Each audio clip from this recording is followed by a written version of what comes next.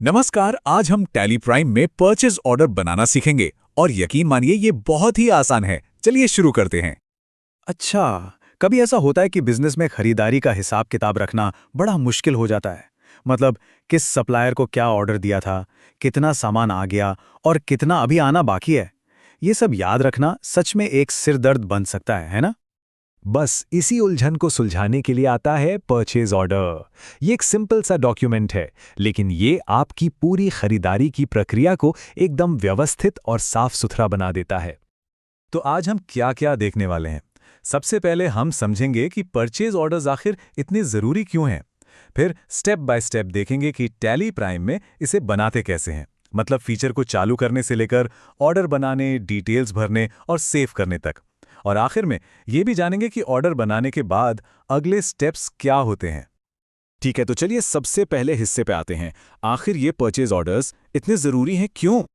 देखिए, एक purchase order असल में आपके और सप्लायर के बीच एक पक्का अग्रीमेंट होता है। ये आपकी खरीदारी को एक फॉर्मल शक्ल देता है। इससे होता यह है कि हर एक ट्रांजैक्शन का एक बिल्कुल साफ और सटीक रिकॉर्ड आपके पास रहता है, कोई कंफ्यूजन नहीं। चलिए, अब आते हैं प्रैक्टिकल काम पर। और सबसे पहला और मैं कहूँगा सबसे ज़रूरी स्टेप है टैली प्राइम में इस फीचर को एक्टिवेट करना।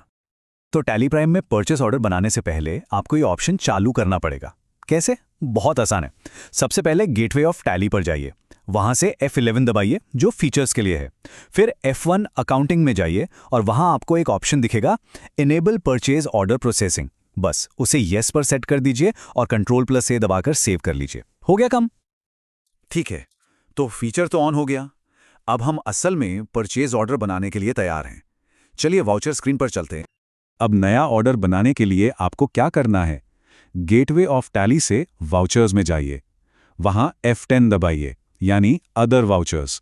आपको एक लिस्ट दिखेगी, उसमें से बस परचेज ऑर्डर को सिलेक्ट कर लेना है। अगर ये एक्टिवेट करने के लिए पूछे तो यस कर दीजिएगा। बहुत बढ़िया।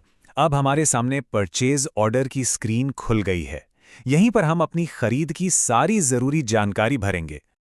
तो देखिए, इसमें कुछ जरूरी चीजें भरनी होती हैं। सबसे पहले पार्टीज अकाउंट्स नेम, मतलब आप किस सप्लायर से खरीद रहे हैं उसे चुनिए।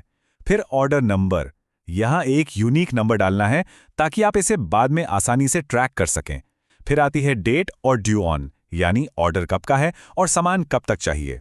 और सबसे जरूरी आइटम, क्वांटिटी और रेट, मतलब क्या सामान खरीद रहे हैं, कितना खरीद रहे हैं और किस भाव पर। सब कुछ एकदम साफ साफ। ओके, तो सारी डिटेल्स हमने भर दी हैं। अब बस इसे फाइनल करके सेव करना है। हाँ, एक छोटी सी सलाह, सेव करने से पहले हमेशा एक बार सरसरी नज़र से सारी जानकारी दोबारा ज़रूर देख लें। सब ठीक लगे तो बस Ctrl+A दबाइए और आपका वाउचर सेव हो गया।